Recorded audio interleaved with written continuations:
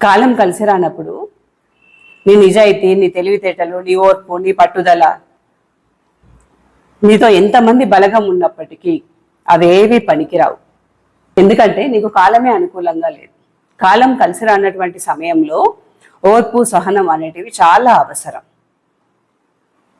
ఓర్పు సహనంతో రోజున, నీ కాలం కలిసి వచ్చిన రోజున, ఈ రోజు ఎవరైతే హేళన చేశారో వాళ్ళందరూ నీ కాళ్ళ దగ్గరికి వస్తారని గట్టిగా నమ్ము.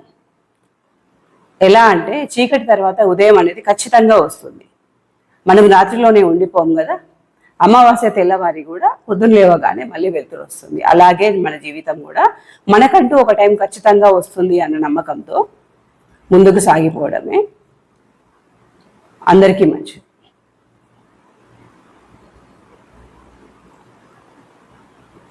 మనకంటూ ఒక సమయం వస్తుంది అన్న నమ్మకంతో ముందుకు సాగిపోవడమే జీవితం.